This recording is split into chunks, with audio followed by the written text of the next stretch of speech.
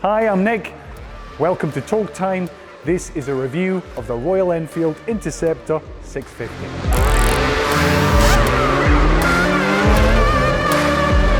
So, Royal Enfield Interceptor 650. The one thing you are absolutely going to need with this bike is one of these. In fact, you'll need a lot of these. There's a degree of polishing on this bike required right from the outset.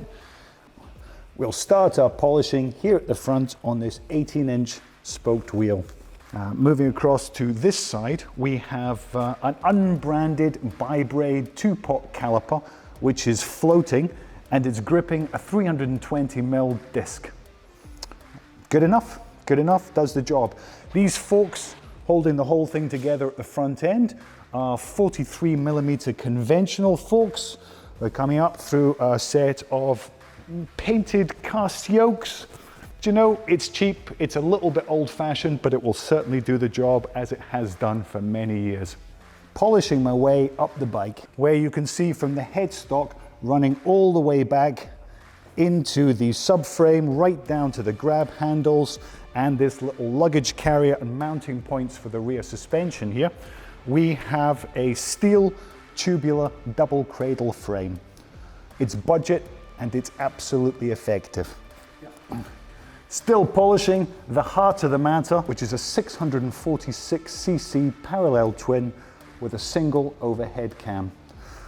This engine is right up to the job. It's using Bosch fuel injection and it is putting out 47 horsepower at 5,250 revs per minute. Key figure for us here on Talk Time is 51.5 Newton meters of torque, which is not a lot, but it's absolutely enough. I'm still polishing, and I'm polishing my way around this 12.5 litre fuel tank, which will cost you an additional £500 on top of the base price of this model. It's a lovely seat. I suspect this is an aftermarket seat. We've got all sorts of crosswork latticing there. Almost reminds you for a brief moment, if you're drunk, that it's a Bugatti. It's not a Bugatti, never will be. Coming down to the rear, this is taken care of by twin rear shocks with a remote reservoir, and you can see the 5 points of adjustment for preload on this scale. So you can make an adjustment. We've got 89mm of rear wheel travel. This is more than enough to take a pillion, take a passenger. You can load up some luggage. This all seems very sturdy and dependable. There's no way you couldn't go. The running gear is taken care of in a very conventional manner.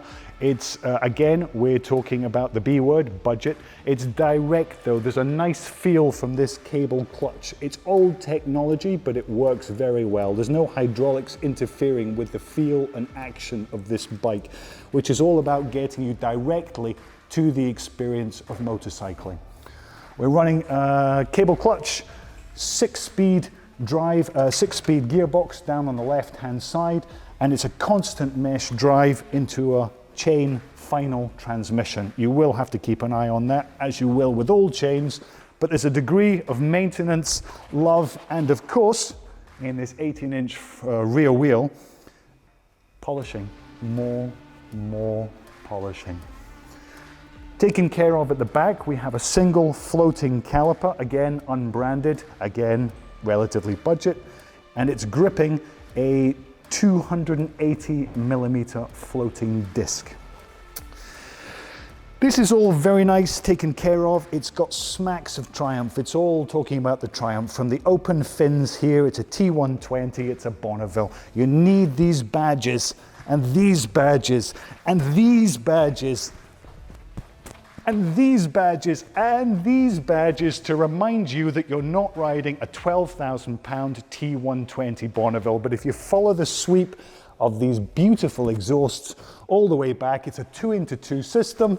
And from the rear, from here, although there's a small logo on the back of the seat just to keep you right, this could be a £12,000 T120. It's not, it's a £6,000 Royal Enfield, and for that, you are getting an absolute bargain.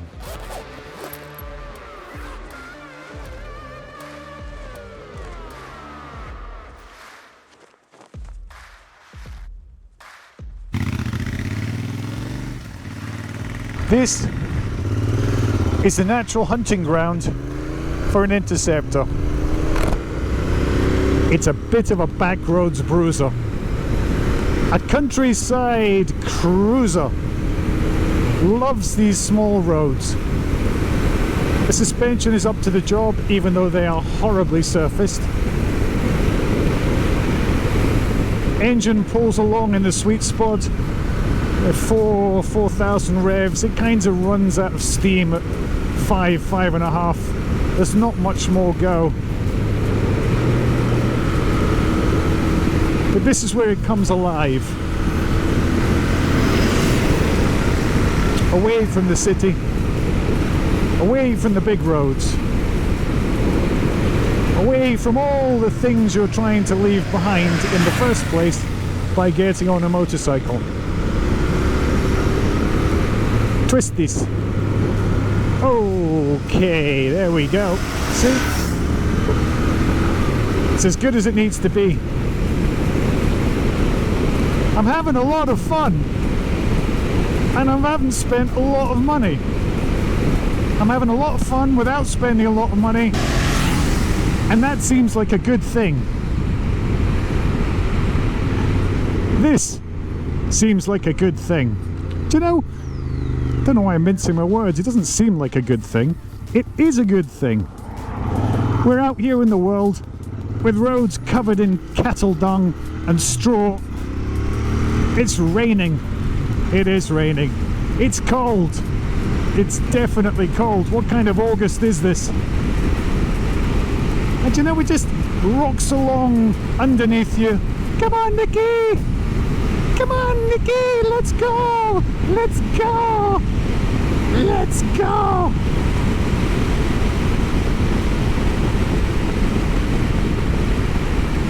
And Parallel Twin is very refined for what it is. Take the Range Rover, Nicky! Okay, Renfie, we're past.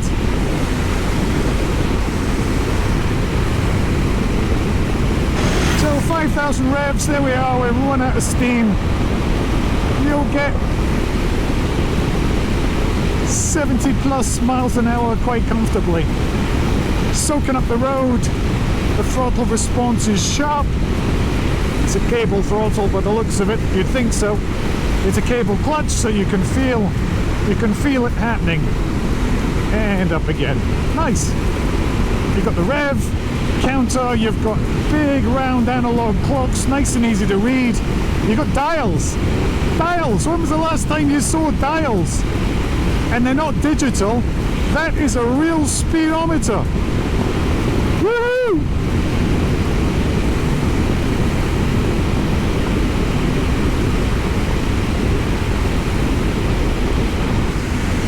Wow, we chose the wrong direction to head in.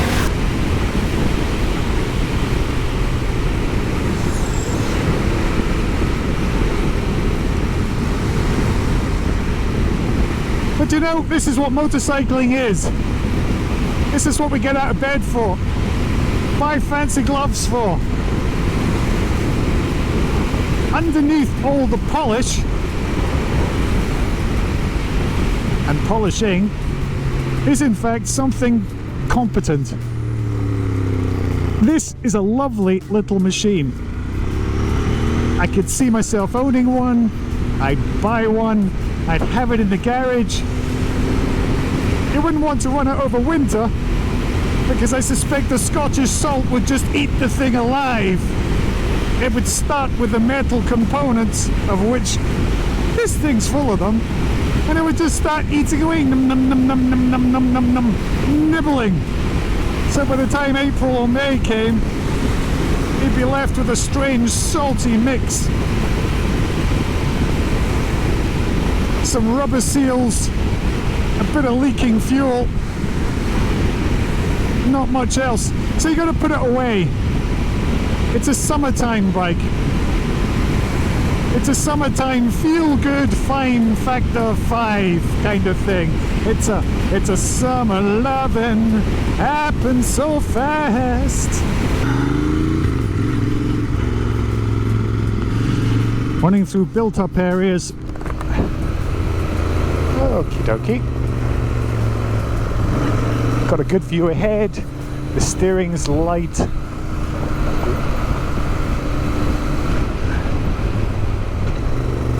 Gear change is slick enough.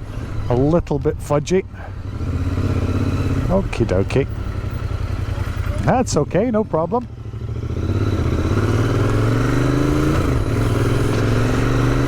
See, there's the bi-braze again, saving more than just my life, saving the life of the lady with the milk.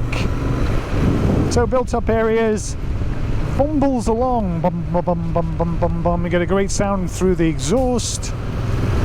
You can look down and see the results of all that polishing.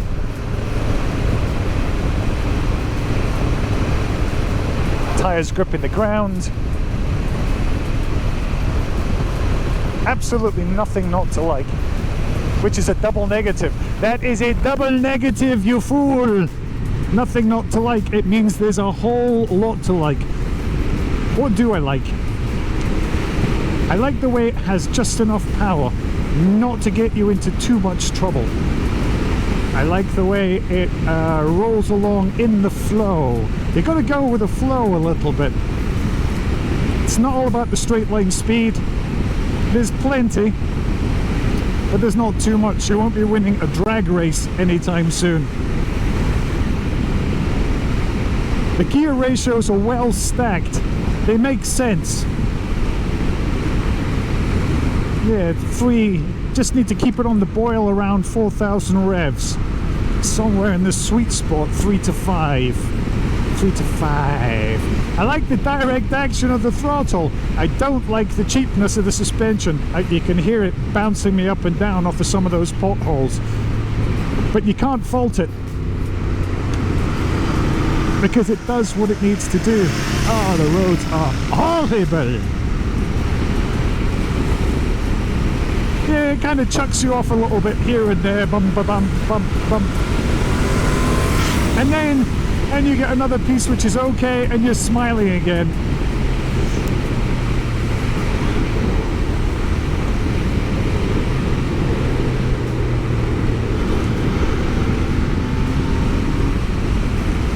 I think it's in the end the direct simplicity of this thing which kind of wins you over. However hard-hearted you feel about it when you set out, or even reading about it in a magazine, it would make terrible, whoopla, woohoo, airborne! It would make terrible magazine reading, because there's so much to dislike. And there's so much that ends up creeping under your skin. It gets under your skin. It's not really a motorcycle, it's more of a pet. If you like keeping pets, then the Royal Enfield Interceptor 650 is exactly the sort of motorcycle you're looking for. It's your own personal mechanical metal two-wheeled pet. I'm gonna call mine Renfie. Renfie! Come on, Renfie, let's go! And it's up for it. It's like, okay, Nick, let's go, which sounds Mexican. We know the motorcycle's not Mexican, it's Indian. But Renfie has a Mexican feel. Come on, Nick, let's go up the road at the top of speed.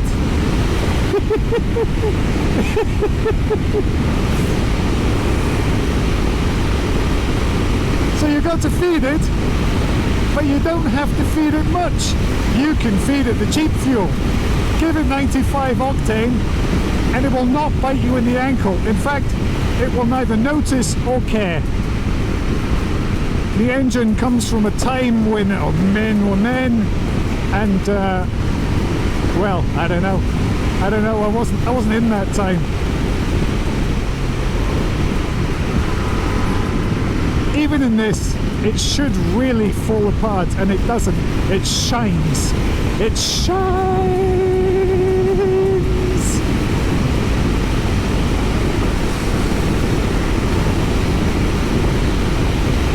I've got more outstanding on my credit card than the price of this bike. Why the hell didn't I just buy one of these? I spent it on crap.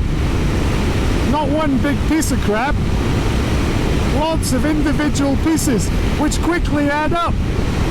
You get a GoPro. I bought my GoPro. Brilliant. There's £500. Bought my jacket. There's, I don't know, £500. I bought these jeans. They're £500 as well.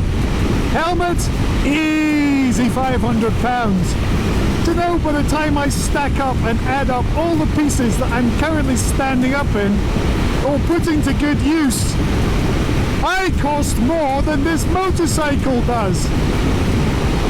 And that is a strange form of 20th century insanity. It's madness. Sheer madness. Oh, a red light is just, it winds it down. The adrenaline drops and you're sad to see a red light. Woo! Green! Green means go!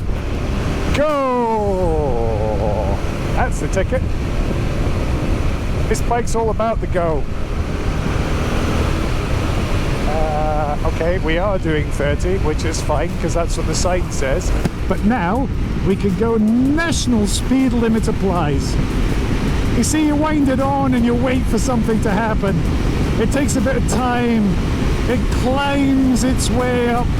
The dials move slowly like one of those old science fiction movies you used to watch. Tap, tap, tap, tap, tap. Is it working? I don't know. Who cares? As long as we're moving ever forwards. It's all it wants to do. And not just on these straight bits. It likes corners. And if it didn't, I couldn't forgive it. But because it does, whee! You can pretty much forgive it anything. Imagine how little this must cost to insure. Thanks for crossing the white line. I imagine that the insurers actually send you money every month when your renewal comes in. Dear Nick, we've reviewed your insurance for the Royal Enfield Interceptor 650 and here is a cheque for £38.97 in recompense of the amount we owe you, because it costs such a small amount to actually insure. I could see that happening. That somebody somewhere has as a reality. Slow down, indeed we will. Yeek! It's chucking it down like it can only do in Scotland. I've had so much input from other people when I told them that I'm going to be reviewing the Interceptor. Everybody seems to have an opinion, and generally it's not altogether positive. The positive responses come from people who own them. You have to have one in order to understand it. You have to spend a bit of time with it in order to get what it is and how it works. And what it is simple, a little bit stupid, and just fun. When was the last time you had some fun? My apologies. Slowing down. When was the last time you had a bit of fun? When did you go outside and have some fun? What it's not is complicated. It's not complicated in any way, shape or form. You will not have this bike lying on a couch at the analysts paying £150 an hour to diagnose what's wrong with it. You can find out what's wrong with it very quickly, all by yourself, just by riding it.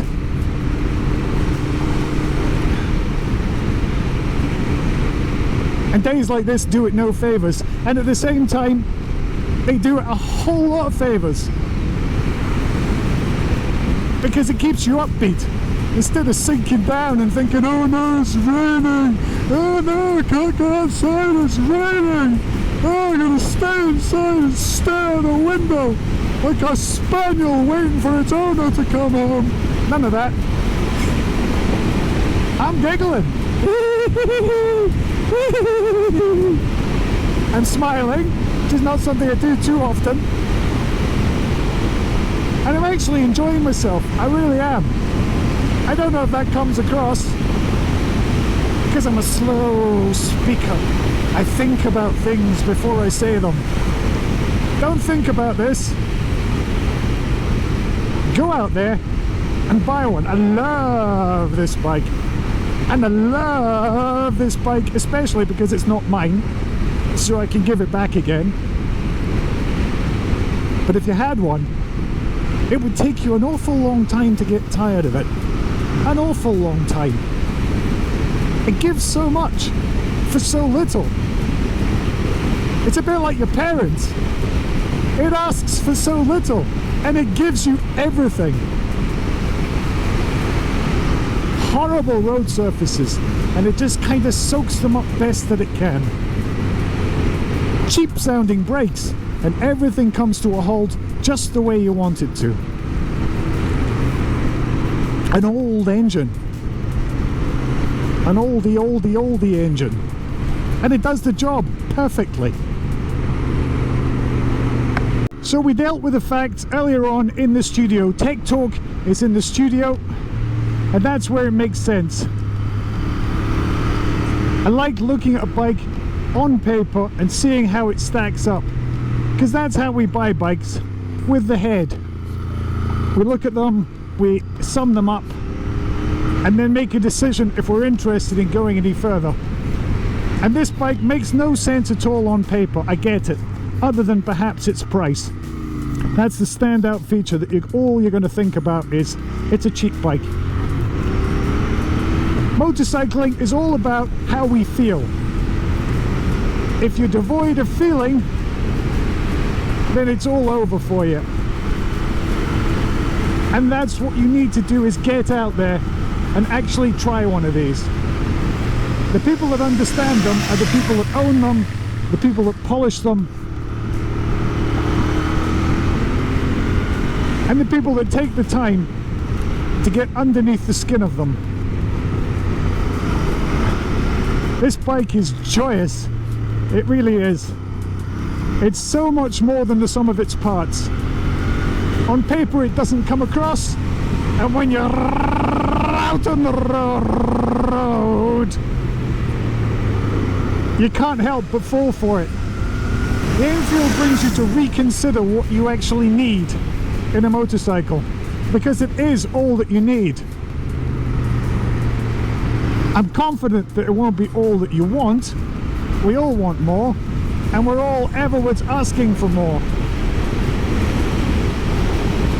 And manufacturers go out of their way to try and give it to us. Bigger, faster, lighter, much more expensive, and so it goes. This bike is punching above its weight. A Bonneville Black T120 is nigh on £12,000 for a Triumph. This is half that price. Half! Imagine what you could do with £6,000. Buy one of these and buy another one of these, which is the wrong mentality, because it's all that you need. It's well weighted, it's well put together. I have no idea what the warranty would be, or what the hell could go wrong. Everything's just so straightforward. What could break? And if it did break, you'd probably be able to fix it. There's the limitations of those tyres. Thought we'd find them at some point. You'd probably be able to fix it with a children's talk set. A wrench. You know, those brightly coloured plastic things that 3-year-olds play with. I reckon you could probably fix it with one of those. Meccano. It's like Meccano. You could strip and put one of these back together with a Meccano spanner. And if that sounds like I'm slagging it off, I definitely am not. I have a lot of respect for this bike. A lot of respect, and I did not think I would. I thought I'd hate it. Take that a bit wider, why don't you? I really thought I would hate it, and I don't. I love it. These will spend a lot of their time in a garage. overwinter being polished, because they will belong to people that will go out when they're in the mood for it.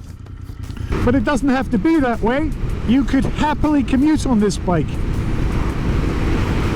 I imagine its running costs over a year are considerably less than a bus pass. And you'll never have this much fun on a bus. Well, it's possible, but not with the clothes on. You can commute on it, you could park it up somewhere, no one's going to eye it up. Who the hell would steal this? So that's us coming back into town.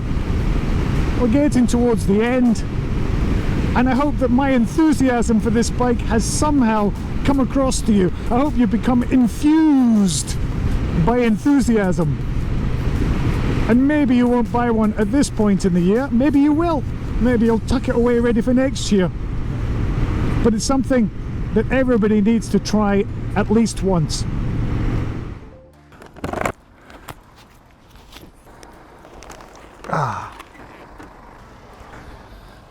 So you have to round everything up. Every beginning absolutely has to have an end. And the end of this, I'm going to give you 3 things I like about it and 3 things I don't like about it. 3 things I don't like about it first. I don't like this suspension. It's built for a job, but it could be so much better, and the bike could be so much better as a result. I'm not a huge fan of these tyres. Maybe it's just the wear on them. I'm just not liking them. I think they could be a little bit better. The quality, do you know, the quality, it's good for what it is, but again, how well is it going to weather in a Scottish winter? 3 things I'm not overly fond of. And 3 things that I really do like about this bike is everything. I like everything. I really do like everything about this bike. It's not about the suspension, it's not about the brakes, it's not about how old or how new the engine is. It absolutely makes no difference to the overall experience of what you're getting. People do not buy this bike for quality components. People buy this bike because it's £6,000 and it takes you back into motorcycling in a way that so much more of the advanced and techie stuff doesn't let you get the direct experience. So you watch this video, like this video, subscribe to the channel, and for more motorcycle shenanigans, much more, tune in to the weekly episode of Talk Time.